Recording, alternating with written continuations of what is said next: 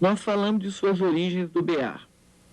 O senhor também jogou rugby, que na França é um esporte praticado pelas classes populares. O senhor trabalhou muito tempo na Algéria com seu companheiro Abdelmalek Sayad sobre a sociedade camponesa Kabylia e os operários algerianos. O senhor poderia nos falar um pouco destes anos e de como foi a passagem deste universo para a consagração universitária internacional? En fait, évidemment, les débuts sont très importants pour tout le monde. Bon, c'est la jeunesse, c'est le moment où on se fait, quoi, où on invente sa propre vision, son propre... oui, voilà. Bon, et moi, j'ai eu... oui, j'allais dire la chance. J'ai vécu comme une malchance, qui a été sans doute la chance de ma vie, quoi. J'ai été envoyé en Algérie comme soldat. J'étais désespéré d'être envoyé. J'étais très, très, très mécontent. C'était une punition, d'ailleurs. C'était une façon de me punir parce que j'avais manifesté des sentiments hostiles à la guerre d'Algérie. Et j'étais à l'armée, etc. Moi, j'étais envoyé là-bas. Et bon, j'ai vécu ça comme terrible. Et puis bon, j'ai commencé à travailler, bon, et puis voilà, un peu pour des raisons politiques. C'est pour ça la découverte de la politique, c'est pas d'aujourd'hui. Je pensais que ce qui se disait à Paris dans les milieux intellectuels était sans rapport avec la réalité, bon, et qu'il fallait un peu étudier les choses comme elles sont. Voilà. Et j'ai commencé à faire un petit livre dont je pensais que ça serait comme ça, puisque je reviendrais à la philosophie. Et puis, bon, j'ai commencé à m'intéresser de plus en plus.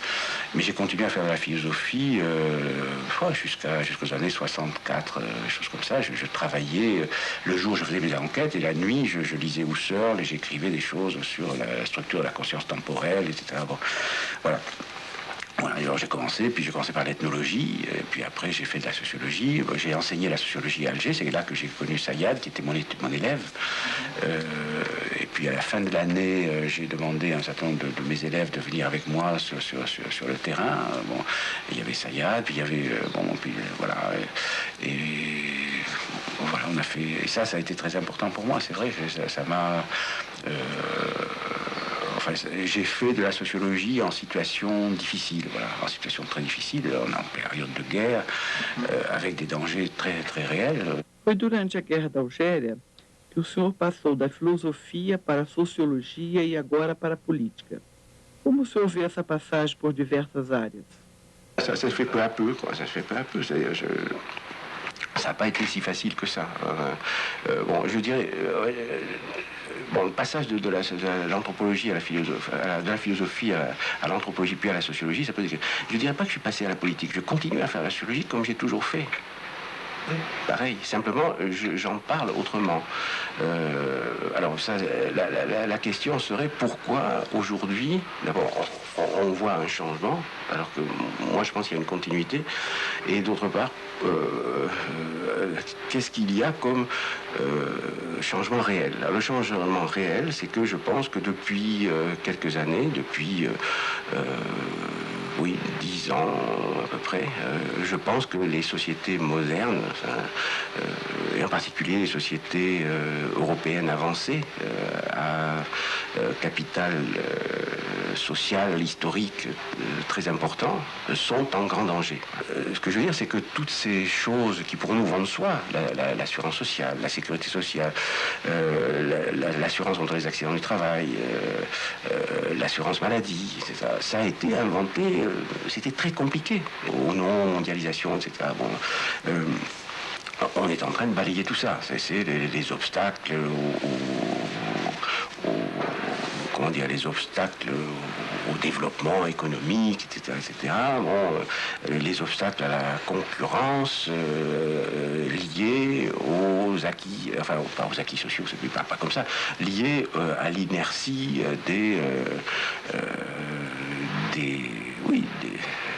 des partenaires sociaux, comme on dit, qui s'accrochent à des traditions sociales périmées. Donc la connaissance quoi, du monde social permet de voir donc des choses que d'autres peuvent ne pas voir. Par exemple, je sais pas, la précarisation. Moi, j'ai beaucoup, je pense, je suis pas, c'est pas moi qui ai inventé la précarisation, ni le fait de la précarisation, ni la connaissance de ce phénomène. Bon, mais j'ai contribué à élaborer, à dire, vous savez, c'est très important. Oui, je reviens là-dessus. Bon, mais donc, voilà. Alors, donc, on peut voir des choses. Bon, et deuxièmement, on peut voir des conséquences cachées de ces choses. C'est-à-dire, il y a dans le présent, on va faire aujourd'hui une mesure, on va dire, on va faire, je ne sais pas moi. On va remplacer les CDI par des CDD. Bon, c'est les emplois temporaires, les emplois permanents par les emplois temporaires. Bon, un petit truc comme ça. C'est des choses qui se passent tous les jours hein, dans les métiers de tous ordres. Les gens vont lutter, ils vont défendre leur beefsteak, on va dire qu'ils sont corporatistes, on va dire... Bon. En fait, une mesure comme ça aura des conséquences qui apparaîtront en 2030 bon. Et qui sont déjà présentes. Pour quelqu'un qui sait regarder, elles sont déjà présentes. Par exemple, elles sont déjà présentes au Brésil.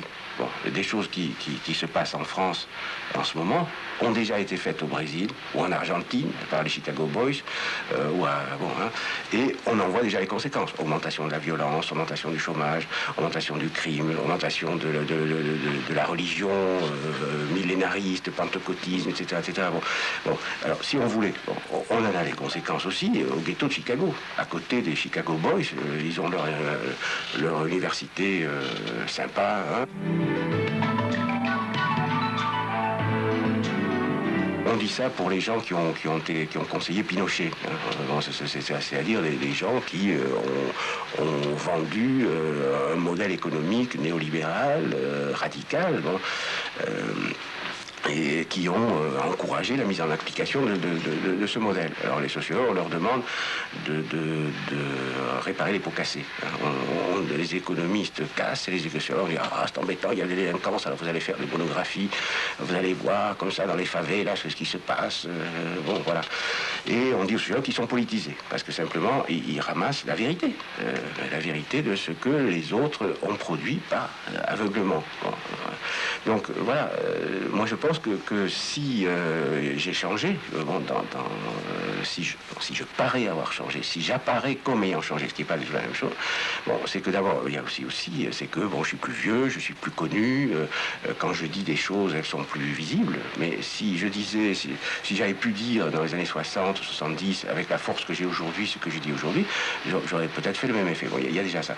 Mais il y a aussi que le monde ayant changé, le monde, je pense, est en péril. Bon, je pense que c'est un devoir professionnel.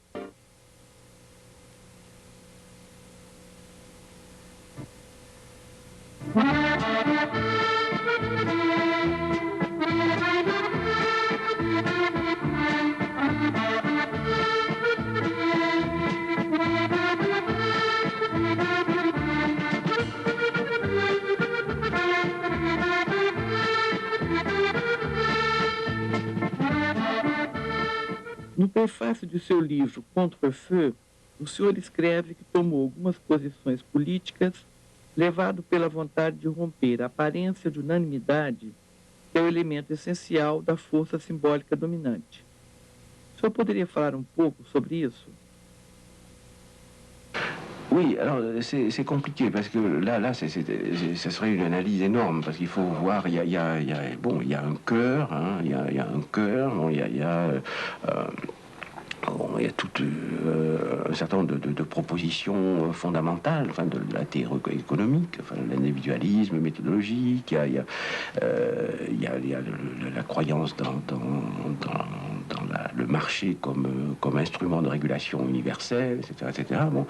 Et bon, il y a un certain nombre de principes, certains, enfin, chez les théoriciens de l'économie néo-marginaliste explicite, chez les idéologues implicites, il y a un certain nombre de principes cohérents qui fondent une vision du monde. Bon, Et alors cette vision cohérente du monde, enfin, qui n'est maîtrisée vraiment que par un tout petit nombre de gens, c'est très formalisé, c'est très abstrait, etc.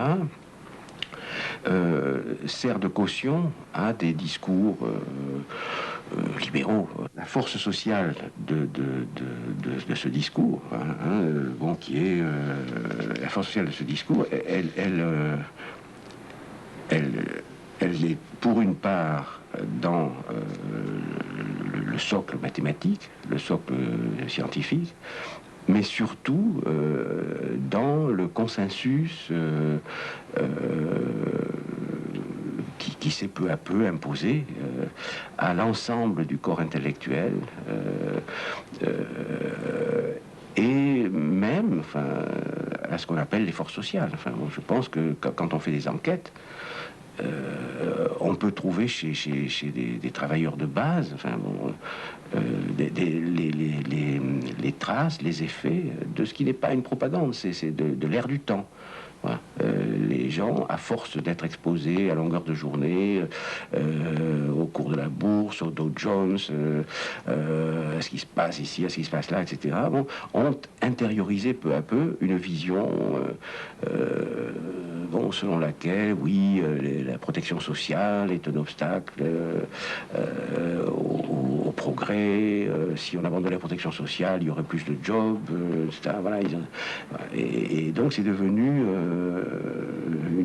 ce que j'appelle une doxa. C'est plus qu'un dogme, c'est quelque chose un ensemble de croyances qui ne sont même pas complètement énoncées, quoi, voilà, qui vont de soi. Voilà, ça va de soi. Voilà. Et ça, c'est très très difficile, et c'est là que, bon, c'est le rôle un peu que devraient avoir les intellectuels, et en tout cas les sociologues, bon, qui est de casser ça. Voilà.